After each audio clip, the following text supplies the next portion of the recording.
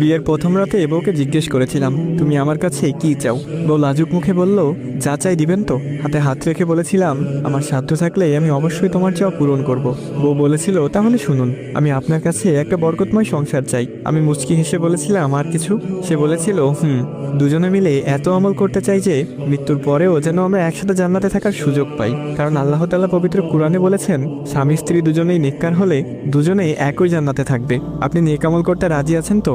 আমি বলেছিলাম, ইনশাআল্লাহ। সে আবার বলেছিল, আর শুনুন, আমি সংসারে কোনো অশান্তি চাই না, তাই আমরা দুজনেই নিয়মিত তাহাজ্জুদের নামাজ পড়বো ইনশাআল্লাহ। কারণ যে ঘরে স্বামী স্ত্রী দুজনেই তাহাজ্জুদের নামাজ পড়বে সেই ঘরে কোনোদিন অশান্তি হবে না, আর বেশি রাগ করা যাবে না। রাসূল সাল্লাল্লাহু আলাইহি ওয়াসাল্লাম বলেছেন, রাগ মানুষের ঈমানকে ধ্বংস করে দেয়। যদিও কখনো আমার রাগ ওঠে তখন আপনি চুপ থাকবেন, আর আপনার রাগ উঠলে আমি চুপ থাকবো। হযরত ওমর রাদিয়াল্লাহু তাআলা আনহু বলেছেন, স্বামীকে রেগে যেতে দেখলে স্ত্রী চুপ থাকবে, আর স্ত্রীকে রেগে যেতে দেখলে স্বামী চুপ থাকবে। কারণ পানি আগুনকে নেভাতে পারে, আগুন কখনো আগুনকে নেভাতে পারে না, বরং আরো বাড়িয়ে দেয়। কি যা বললাম করবেন তো?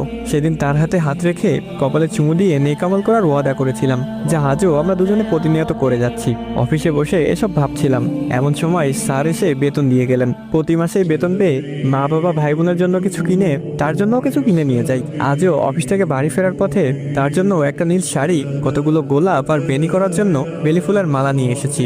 সাথে এনেছি তার পছন্দের কিছু চকলেট, কারণ বাসায় ফেরার পথে স্ত্রীর জন্য কিছু নিয়ে আসা সুন্নাত। বাসার সামনে দাঁড়িয়ে কলিং বেল টিপ দিতে সে এসে দরজা খুলে দিয়ে আমাকে জড়িয়ে ধরলো। প্রতিদিনই এমনটাই করে সে, তাই আজকেও ব্যতিক্রম না। আমার হাতে এসব কিছু দেখে সে বলল, এত কিছু আনার কি প্রয়োজন ছিল? তোমার হালাল রোজগারে অল্পতেই আমি সন্তুষ্ট। আমি হেসে বললাম, এমনি এমনি তো আর আনিনি। রাসূল সাল্লাল্লাহু আলাইহি ওয়াসাল্লাম বলেছেন, যে স্বামী তার স্ত্রীর জন্য মন খুলে ব্যয় করবে, কিয়ামতের দিন আল্লাহ তাকে পুণ্যে ধনী বানিয়ে দিবে। সে খানিকটা রেগে বলল, হয়েছে, আর বলতে হবে না।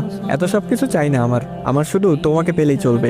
এখন এসব দিয়ে যাও, ফ্রেশ হয়ে আসো, দুজনে মিলে একসাথে খাবো। খাওয়া দাওয়া শেষে এসে বায়না ধরলো চাঁদ দেখবে। কি আর করার, সে নীল শাড়ি পরেছে, বেনিতে বেলি ফুল বেঁধেছে, ফুলের সুবাস ছড়িয়ে পড়ছে তার মাঝে। আমিও তার পছন্দের নীল পাঞ্জাবি পরে তাকে নিয়ে ছাদে গেলাম পূর্ণিমার চাঁদ দেখতে। হঠাৎ সে এসে বলল, এই আমাকে প্রপোজ করো।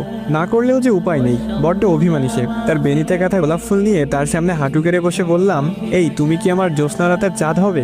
আমার বদ্ধ ঘরের খোলা জানলা হবে? গল্পের রানী হবে কি আমার?